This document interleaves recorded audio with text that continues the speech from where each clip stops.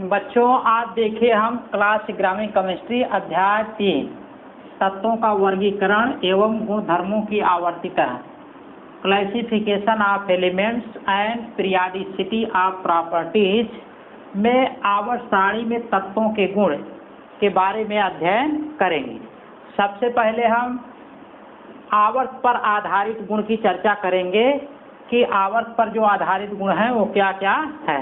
उसके बाद वर्ग या समूह पर आधारित गुण के बारे में चर्चा करेंगे। हम इसके पहले वाले वीडियो के लेक्चर में बताए थे कि तत्वों का जो वर्गीकरण किया गया था 7 क्षैतिज कॉलम और 9 खड़े कॉलम या वर्ग में तत्वों को रखा गया है। अब आवर्त पर जो आधारित गुण हैं उनके बारे में हम बारी बारी से अध्ययन करेंगे। तो सबसे पहला है तत्वों की संयोजकता, यानी कि जो आवर्त सारणी में तत्व हैं उनकी संयोजकताएं क्या होती हैं।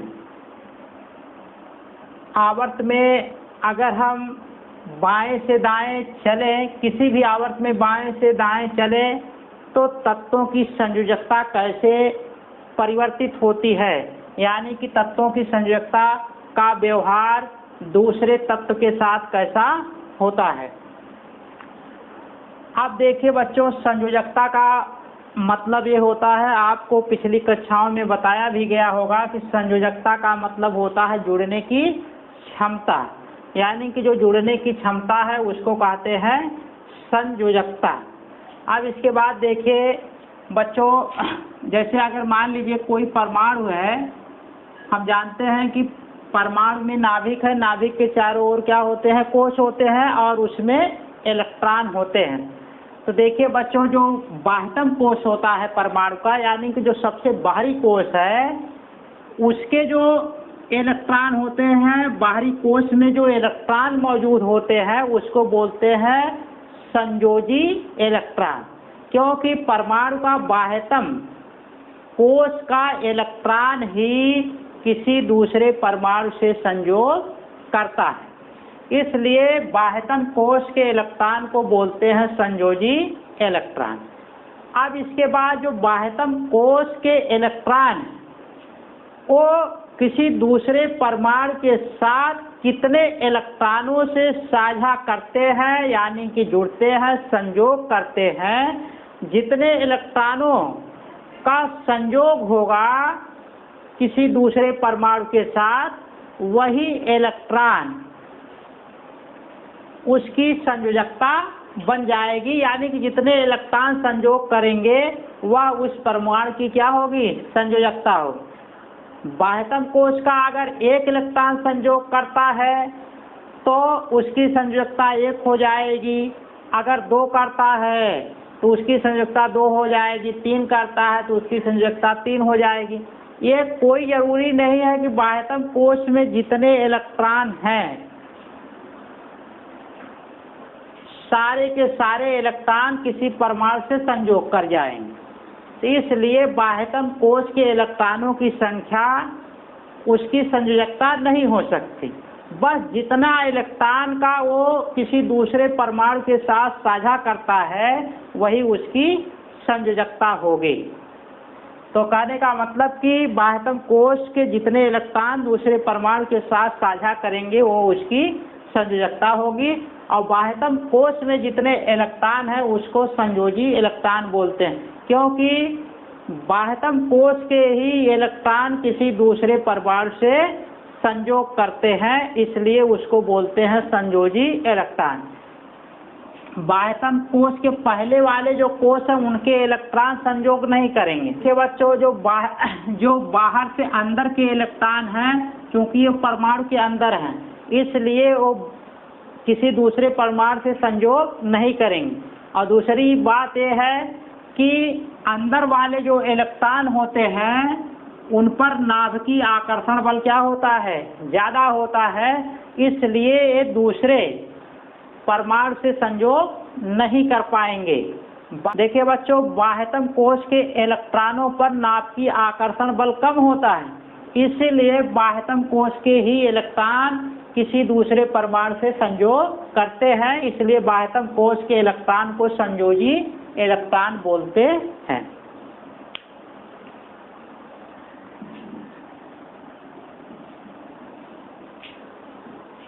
अब देखिए बच्चों, हम कह रहे हैं कि तत्वों की संयोजकता, यानी कि जो आवर्त सारणी में तत्व रखे गए हैं उनकी संयोजकता और आवर्त पर आधारित है।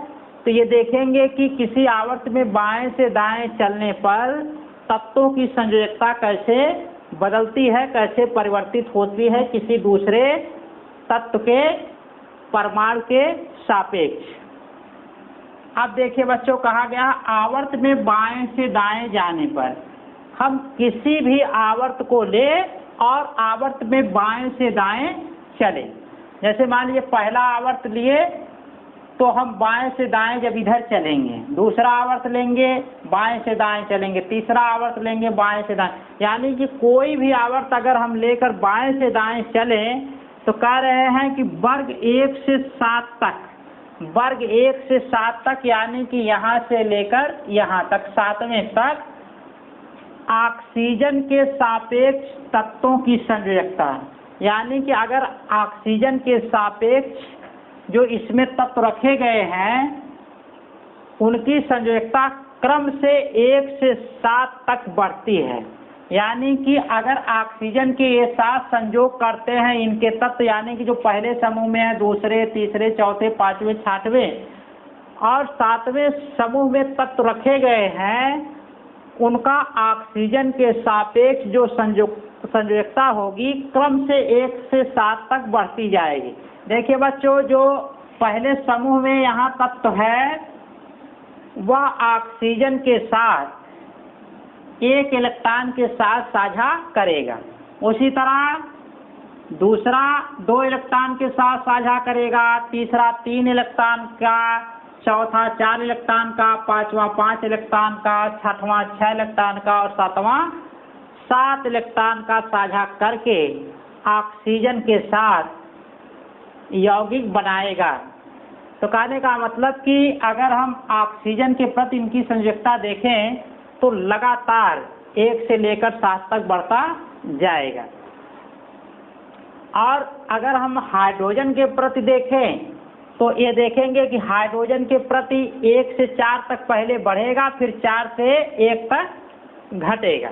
तो कहने का मतलब कि अगर तत्व के साथ हाइड्रोजन जुड़ते हैं तो पहला समूह का जो तत्व है वो 1 इलेक्ट्रॉन के साथ साझा करेगा, दूसरा 2, तीसरा 3, चौथा 4, फिर यहाँ से घटना शुरू कर देगा। अब यहाँ 3 हो जाएगा, यहाँ 2 हो जाएगा और यहाँ 1 हो जाएगा।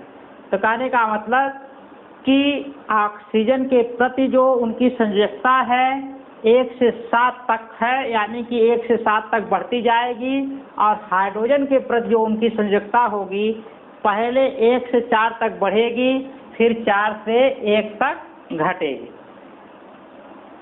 तो देखिए बच्चों, यहाँ लिख रहे हैं तत्वों की संयोजकता H के प्रति क्या है, RH। अब R क्या है, तत्व है, कोई तत्व है यहाँ पर, R ये वेरिएबल है, कोई भी तत्व हो सकता है। अब RH लिखने का मतलब यही है, जब देखिए, अच्छा बच्चों, आप कोई जब यौगिक लिखते थे आयनों के सहयोग से, कोई यौगिक बनाते थे आयन की सहायता से, या ये कह सकते हैं हम कोई रासायनिक सूत्र जब लिखते थे आयन की सहायता से, तो हम देखते थे कि आयनों की जो चार्ज हुआ करते थे उन पर एक दूसरे पे ट्रांसफर हो जाते थे, यानी कि बदल जाते थे। अगर मान लीजिए हाइड्रोजन पर +1 चार्ज है, ऑक्सीजन पर 2 निगेटिव चार्ज है, तो इसकी संयोजकता इसकी संयोजकता H पर हो जाती थी और इसकी संयोजकता हाइड्रोजन पर हो जाती थी। तो अब देखिए यहाँ लिखेंगे H2, 2 है तो 2 हो गया, और H पर 1 है तो इसलिए वो हो गया। तो इसकी सहायता से जो सूत्र बना H2O बन गया। तो उसी तरह बच्चों यहाँ हम समझ सकते हैं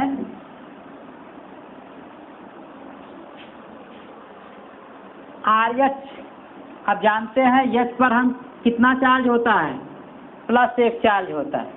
तो जब आर एच लिखा गया है यहाँ पर, तो इसका मतलब कि आर की संयोजकता इस पर गई है और हाइड्रोजन का इस पर आया है। अब यहाँ देखिए 1 1 है, तो इसका मतलब आर की संयोजकता कितनी बन गई, 1 बन गई।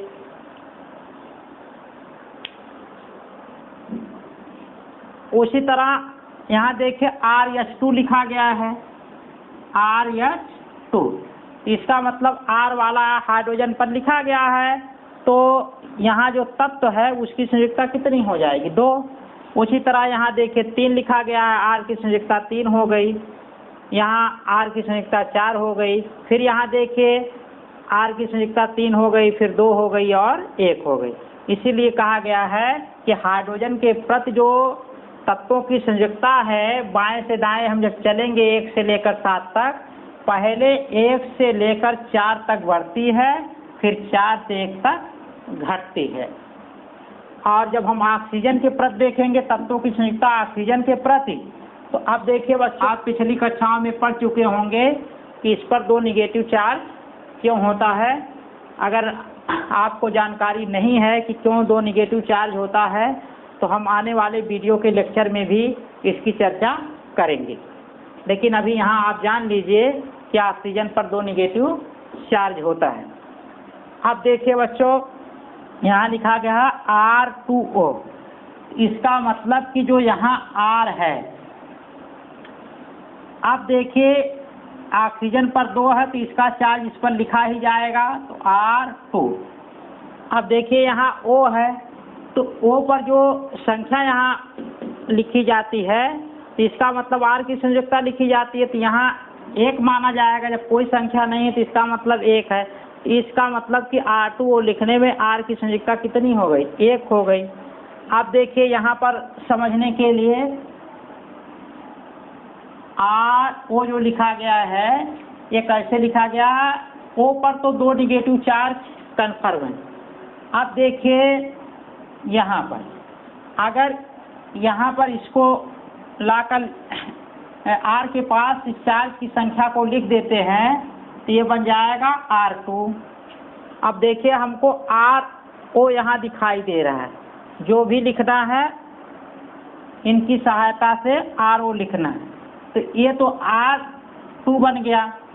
अगर देखिए R की संयोजकता 1 लेते हैं तो ये क्या बन जाएगा, O। लेकिन जब R की संयोजकता 2 लेंगे तो ये बन जाएगा, और जब इसका सरलतम रूप लिखेंगे तो क्या बन जाएगा, RO।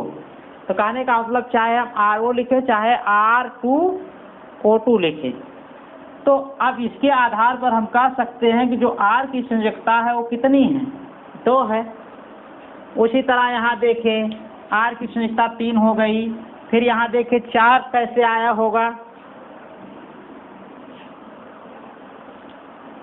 जब O पर 2 निगेटिव चार्ज है, 2 निगेटिव के हिसाब से आप ये समझ सकते हैं कि अगर यहाँ R का 2 समझते हैं, तो चूंकि स्वाभाविक है ऑक्सीजन का 2 होता है, हमको R2 तो लिखना ही पड़ेगा।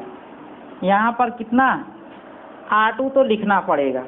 और जब सरलतम रूप देंगे तो यहाँ R है, तो इसका मतलब कि यहाँ जब तक 4 नहीं होगा तब तक सरलतम रूप हम RO2 नहीं लिख पाएंगे, तो इसलिए हम इसको लिख सकते हैं RO4। इसके आधार पर अब हम देख रहे हैं कि R की संयोजकता कितनी हो गई, 4, और सरलतम रूप करेंगे RO2 आपका बन जाएगा। इसलिए यहाँ जो R की संयोजकता है वो कितनी है, 4। यहाँ देखिए 5 हो गया। फिर उसी तरह यहाँ देखिए हम R3O6 लिख सकते हैं, इसलिए R की संयोजकता कितनी हो जाएगी, 6 हो जाएगी, और यहाँ R की संयोजकता कितनी हो गई, 7 हो गई। O की तो संयोजकता ये जो उस पर चार्ज है ये तो कन्फर्म है, 2 है, तो इसके आधार पर हम ये देख सकते हैं कि यहाँ पर R की संयोजकता कितनी है। R कोई ना कोई तत्व है, ये कहने का मतलब यहाँ पहले समूह का तत्व है, ये दूसरे का, ये तीसरे का, ये चौथे का, ये 5वें का, ये 6वें का, ये 7वें का। इस प्रकार बच्चों हमने ये देखा कि अगर किसी आवर्त में बाएं से दाएं चलते हैं तो ऑक्सीजन के प्रति तत्वों की संयोजकता 1 से 7 तक बढ़ती है और हाइड्रोजन के प्रति तत्वों की संयोजकता पहले 1 से 4 तक बढ़ती है, फिर 4 से 1 तक घटती। इसके बाद देखिए बच्चों, आवर्त सारणी में तत्वों के गुण में परमाणु त्रिज्या एटॉमिक रेडियाई के बारे में देखेंगे कि किसी आवर्त में अगर हम बाएं से दाएं चलते हैं तो तत्वों की परमाणु त्रिज्याएं कैसे घटती बढ़ती हैं, यानी कि उसमें कैसे परिवर्तन होता है, उसके बारे में हम जानकारी प्राप्त करेंगे। अच्छा, एक चीज़ बच्चों आप ये जान लीजिए कि आवर्त की संख्या जो है परमाणु में कोश की संख्या को बताता है। कहने का मतलब कि अगर पहला आवर्त है तो इसका मतलब कि उस परमाणु में 1 कोश है। अगर दूसरा आवर्त है तो इसका मतलब उसमें 2 कोश है, तीसरा आवर्त है 3 कोश है। तो कहने का मतलब जो आवर्त है वो कोशों की संख्या को बताता है कि उस परमाणु में उतने कोश मौजूद हैं। अब देखिए बच्चों, परमाणु त्रिज्या के बारे में हम देखेंगे कि परमाणु त्रिज्या कैसे घटती बढ़ती है। आप पिछली कक्षाओं में परमाणु त्रिज्या के बारे में पढ़ चुके हैं। हम यहाँ ये बताएंगे कि परमाणु त्रिज्याएं तत्वों की आवर्त सारणी में बाएं से दाएं चलने पर कैसे घटती हैं। अब देखिए बच्चों, इसको समझने के लिए जैसे मान लीजिए नाभिक है, नाभिक के चारों ओर क्या है, कोश है। अब देखिए, अगर मान लीजिए हम पहला आवर्त लेते हैं यहाँ पर, तो इसका मतलब कि उसमें कोश हो गया 1। अब बच्चों देखिए, यहाँ पर अगर कोई तत्व है, अगर मान लीजिए यहाँ कोई तत्व है, इसका मतलब कि उसमें कोश 1 है। और जो बच्चों ये जान लीजिए कि जो वर्ग या समूह होता है वो बाह्यतम कोश के इलेक्ट्रॉन को प्रदर्शित करता है। इसका मतलब कि उसके बाह्यतम कोश में उतने इलेक्ट्रॉन मौजूद हैं। अब देखिए बच्चों, अगर मान लीजिए कि कोई तत्व पहले आवर्त पहले समूह में है तो इसका मतलब कि वह इलेक्ट्रॉन पहले कोश में है और उस कोश में 1 इलेक्ट्रॉन है। वर्ग बाह्यतम कोश के इलेक्ट्रॉनों की संख्या को बताता है और जो आवर्त होता है वो कोश की संख्या को बताता है। अब इसका मतलब ये है कि यहाँ अगर कोई तत्व है, इसका मतलब कि उसमें कोश की संख्या 1 है और उसकी बाह्यतम कोश में 1 इलेक्ट्रॉन है। तो चलिए यहाँ 1 इलेक्ट्रॉन कर देते हैं। और बच्चों आप ये भी जानते हैं कि किसी परमाणु में जितने इलेक्ट्रॉन होते हैं ठीक नाभिक में उतने प्रोटॉन होते हैं। अब यहाँ अगर 1 इलेक्ट्रॉन है तो नाभिक में 1 प्रोटॉन भी हो जाएगा। प्रोटॉन पर पॉजिटिव चार्ज है, इलेक्ट्रॉन पर क्या होगा, नेगेटिव चार्ज हो जाएगा। अब अगर मान लीजिए यहाँ का कोई तत्व है तो चूंकि दूसरे समूह में है इसलिए इसकी बाह्यतम कक्षा में कितना इलेक्ट्रॉन हो जाएगा, 2 इलेक्ट्रॉन हो जाएगा। लेकिन देख रहे हैं कि यह भी पहले ही आवर्त में है, इसलिए इसमें कोश जो होगा 1 ही होगा।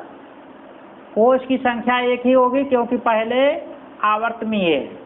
लेकिन ये दूसरे समूह में है, इसका मतलब कि इसके ये दूसरे कोश में है,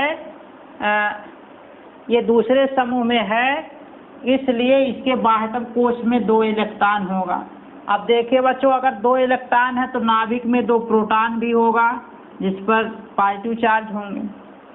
इसी तरह आप आगे भी समझ सकते हैं कि अगर इस आवर्त को लेकर चलते हैं तो उसमें कोशों की संख्या केवल 1 होगी, लेकिन बाएं से दाएं चलेंगे तो देख रहे हैं कि वर्ग की संख्या बढ़ती जा रही है, इसलिए इलेक्ट्रॉन की संख्या बढ़ती चली जाएगी, 1-1 इलेक्ट्रॉन उसमें बढ़ते चले जाएंगे। तो अब बच्चों आप जानते हैं कि अगर कोई 2 चार्ज हैं, अगर मान लीजिए विपरीत चार्ज हैं या समान चार्ज हैं, अब ये भी आप जानते हैं कि अगर समान चार्ज हैं तो उनमें प्रतिकर्षण होगा, अगर विपरीत चार्ज हैं उसमें क्या होगा, आकर्षण होगा। बच्चों आप ये जानते हैं कि अगर मान लीजिए कोई दो चार्ज हैं, एक Q1 है, एक Q2 है, तो उन पर जो आकर्षण या प्रतिकर्षण बल काम करता है वो 1/4 पाई एप्सिलॉन 0 Q1 Q2 बटे R स्क्वायर होता है। अगर समान चार्ज होंगे तो प्रतिकर्षण होगा, विपरीत चार्ज होगा तो उसमें क्या होगा, आकर्षण होगा। अब आप यहाँ देख सकते हैं कि अगर आवेश का मान ज़्यादा होता जाएगा तो उसमें लगने वाला जो आकर्षण बल यहाँ F है उसका मान क्या होगा, बढ़ जाएगा, क्योंकि F तभी ज़्यादा आएगा जब Q1 और Q2 का गुणनफल ज़्यादा होगा। अगर इनका मान कम होगा तो यहाँ मान क्या आएगा, कम आएगा। अब आकर्षण बल या प्रतिकर्षण बल जो होगा इनके आवेशों के गुणनफल पर निर्भर करेगा। अगर ये ज़्यादा है तो ये ज़्यादा होगा, अगर ये कम है यानी कि इनका गुणनफल कम जब होगा तो इनका मान क्या होगा, कम होगा F का मान। अब देखिए यहाँ लिखा गया है बटे R स्क्वायर, इसका मतलब कि अगर R का मान ज़्यादा होगा तो ये कम होगा, R का मान कम होगा तो ये क्या होगा, कम होगा। तो यानी कि परमाणु त्रिज्या अगर छोटी होती है तो F का मान क्या होगा, ज़्यादा होगा, अगर परमाणु त्रिज्या क्या होगी, बड़ी होगी, यानी कि R का मान ज़्यादा होगा तो F का मान कम हो जाएगा। तो अब बच्चों देखिए इसके हिसाब से पहले आप समझने की कोशिश करिए कि अगर Q1 Q2 का गुणनफल ज़्यादा है तो इसका मतलब यहाँ जो आकर्षण या प्रतिकर्षण बल होगा ज़्यादा होगा। अब इसके बाद यहाँ पहले आप समझिए कि यहाँ एक पर पॉजिटिव चार्ज है, एक पर नेगेटिव चार्ज है।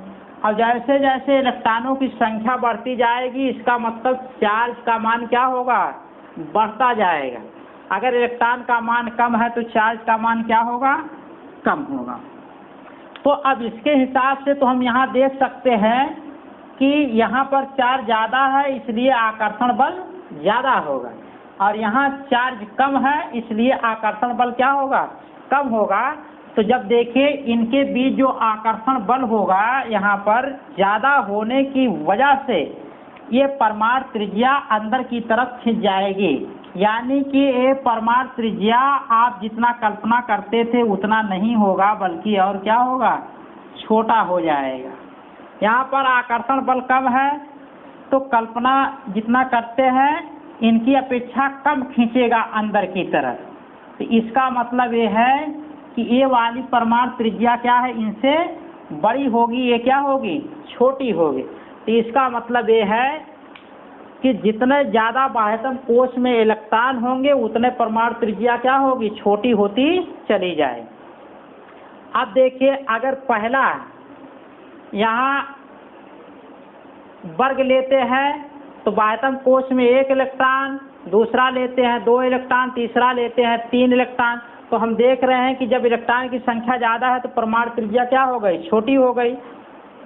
यहाँ से जब हम देखेंगे बाएं से दाएं चलेंगे इसमें तो इलेक्ट्रॉनों की संख्या बढ़ती जाएगी तो नाभिकीय आकर्षण बल जो होगा वो ज़्यादा होता जाएगा, इसलिए परमाणु त्रिज्या क्या होंगी, छोटी होती चली जाएंगी। इसके आधार पर हम कह सकते हैं कि किसी भी आवर्त में बाएं से दाएं चलने पर, चाहे जिस आवर्त में हम चले बाएं से दाएं चलने पर परमाणु त्रिज्या क्या होंगी, छोटी होती चली जाएंगी, क्योंकि नाभिकीय आवेश परमाणु क्रमांक बढ़ने के साथ क्या होगा, बढ़ता चला जाएगा। जैसे जैसे परमाणु क्रमांक बढ़ेगा वैसे वैसे क्या है, नाभिकीय आवेश बढ़ता चला जाएगा।